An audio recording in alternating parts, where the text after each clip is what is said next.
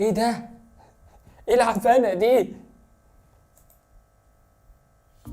ده الحوض ليه 1200 سنة يا يخرب بيتك. يا نهار اسود.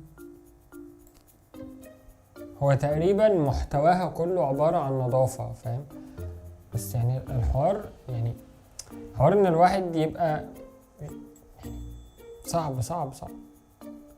ممكن يكون الناس اللي زي كده بيأجروا مثلا بيت يكون ليه كذا سنة مهجور وينظفوه، او يمكن يكون عشان هو محتواها يعني يعني بس ما اظنش حتى لو حد قاصد يوسخ البيت. يا بص،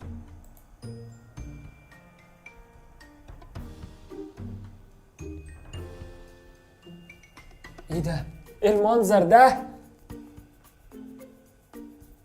بص بقى الفاينل الاخير من ده لده. تخيل كده من المنظر ده للمنظر ده.